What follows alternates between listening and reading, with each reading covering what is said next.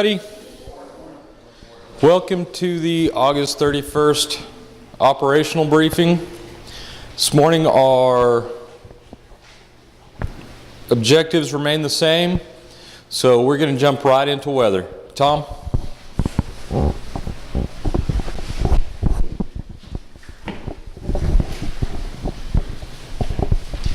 Hey, good morning. Tom Bird, incident meteorologist, and as we do every morning, we'll start out with the satellite imagery. And what you'll note here is large area of relatively clear skies across the state. And if you look, you'll see a clockwise circulation around the entire state. There's some showers out in the Gulf, storms north, some debris clouds from the monsoon moisture plume out to our west.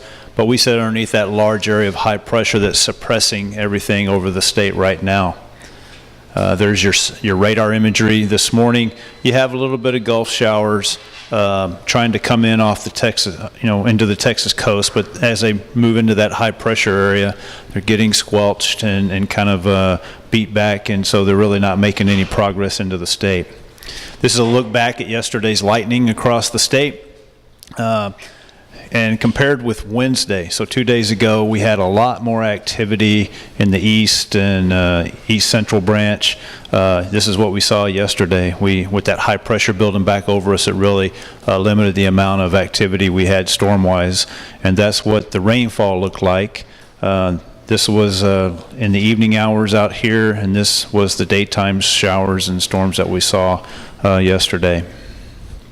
Looking back 14 days, this is the rainfall across the state, and we've actually made some pretty good improvements in the south central and southern parts of the east branch. We continue very dry down south and up through central Texas and out into west Texas, and even expanding that into north Texas. And here now is your rainfall deficits over the last 14 days, and it really is easy to see where the state's been the driest. Just look for the red down south and extending up through west central, through central and into north and northeast Texas is where we find our driest conditions over the last 2 weeks. Here's our highlights for today and going forward. For today, that upper high settled over the state. It's going to slowly migrate a little bit northeast today over Oklahoma. Not going to be a big impact for us, but that means most of Texas again will be dry. We'll have those showers moving in off the Gulf again throughout the day and up into parts of East Texas. And then when we get late, we'll have some storms out west, and even later in the night we'll have some storms over the Panhandle. So today warmer, just by a couple degrees, a little bit drier with the RHs coming down just a little bit, and then breezy conditions as you go north into the Panhandle and parts of northwest Texas. A transition begins tomorrow. We start to see that high move off to the east and break down, and then as we get into Sunday and beyond, we're really starting to see a good amount of moisture trying to move in off the Gulf, and a trough moving across north part of the state. So we'll start to see moisture gains and storms move in from both the west and north and the south and east across the state. We'll show you that in a minute. Oh, I don't know how that got in there. Sorry. All right, so here's today's weather chart. And like we've been seeing, there's high pressure over the state. It's going to move off to the north and east just a bit. It's going to keep most of the state dry again. We do have that moisture skirting along the coast, so that means another round of showers and thunderstorms moving in off the Gulf. And then later in the evening, we'll have the monsoon storms over far west Texas. Then this trough that you see over here will start to cut across the Panhandle in the evening and overnight hours to give them some thunderstorms. Okay, here's our temperatures. Not a lot of change, just a couple degrees warmer. And anything south, or any area south of this dashed line, is where you have your heat indices this afternoon over 100 degrees.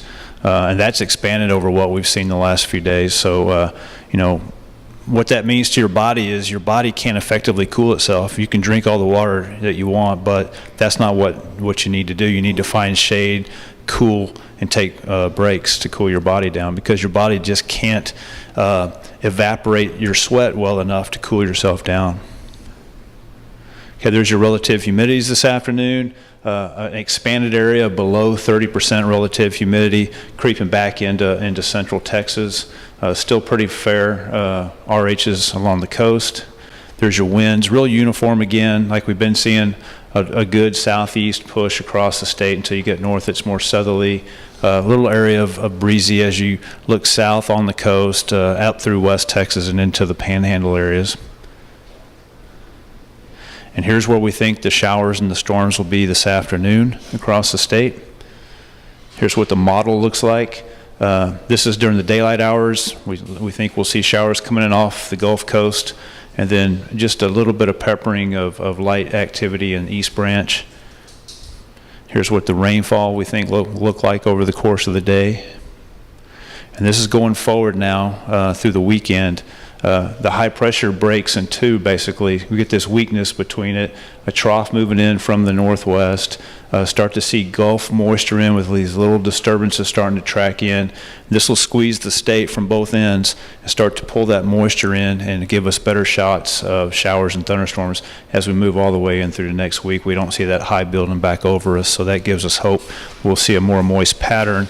And if you look at the rainfall predictions as you go through Sunday, next Tuesday, and Thursday, you can see slowly that moisture creeps in from both of those areas and starts to fill in the state, with the central and southern portions still being the areas that have the least beneficial rain as we go forward. So that concludes weather. Have a great day.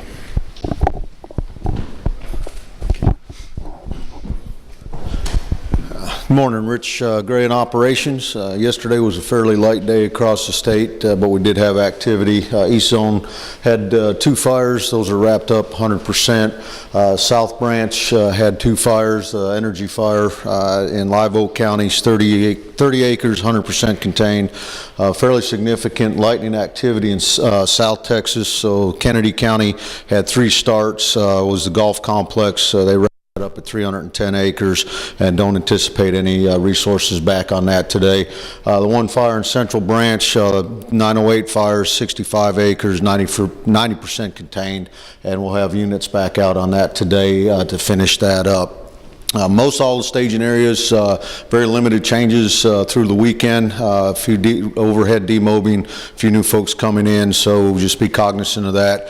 The folks that are out there on the staging areas, you've heard the forecast, Tuesday's still quite a ways away before we see that moisture filling in, so maintain that SA for your weather and also new starts, so just pay attention to that and be prepared to move. Use your time wisely. We've had a few folks that are out there doing some training, really good stuff. Task Strike Team 44 is going to be pre-positioned at Mother Neff State Park this through the weekend, working some project work, making some prevention contacts, so things like that. Really good, and maintaining that SA for any new starts. Today's my last day. It's been great working with y'all. Les Rogers will be coming in, backfill behind me for operations. So thanks, y'all. Have a safe day. Good morning, John McGee, Safety. Safety had a pretty good day yesterday. No serious accidents or injuries. However, there was I guess you'd call it a fender bender. One of our team members demobbed, pulled out heading for the airport, down here at the stop sign, got rear-ended by a POV. It's one of those things, how do you prevent somebody else from running into you? She wasn't hurt, nobody was injured. Apparently the damage wasn't that much. I haven't seen the details. But the point being, hey, stuff can happen to you outside of your control. Nevertheless, you got to keep yourself dialed up, heads up. LCES works in driving, so keep that in mind. While we're all listening and watching the weather, the operational tempo has declined significantly. Nevertheless, we are having fires. You saw, they're all relatively small. We're catching them, okay? Stuff happens on small fires, okay? It can be very easy. It's also this time, you're in your staging areas, you're using your time wisely, a lot of you are. Some don't.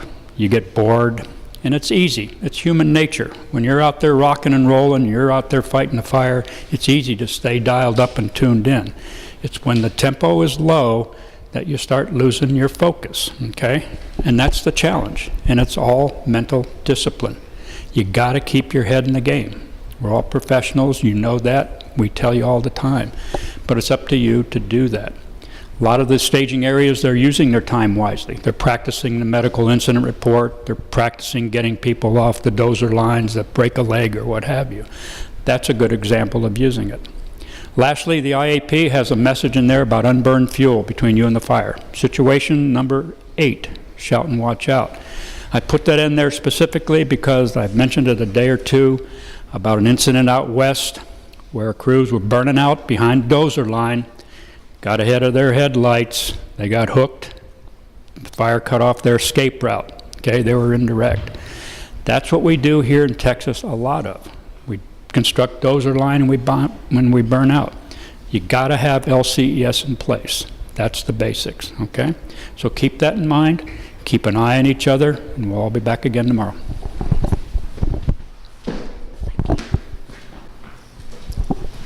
Good morning. Susan Cornett, your friendly neighborhood logistics chief.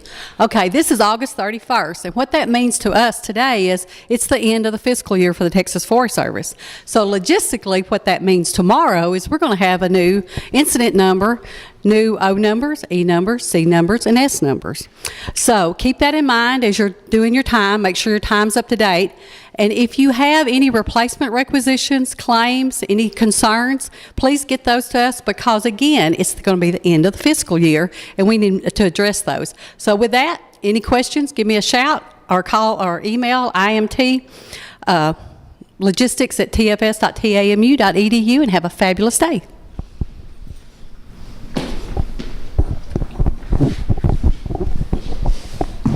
Well, good morning, Les Rogers, IC. As Rich stated, we'll be transitioning, and we're on that glide path of maintaining the staffing we have across the state. So here at the IMT level, we'll start transitioning down to like more of a type 3 complexity from a type 2. As you noticed, for the last 2 to 3 weeks, we're on that glide path of just kind of maintaining. And so with that, as Susan indicated, we're getting new numbers tomorrow because of the new fiscal year, those kind of things. So those folks out there in the staging area, just make sure that the only incident with an incident we have is going to be in finance tomorrow, cleaning up all the numbers. So with that, just have a good, safe day. Thanks.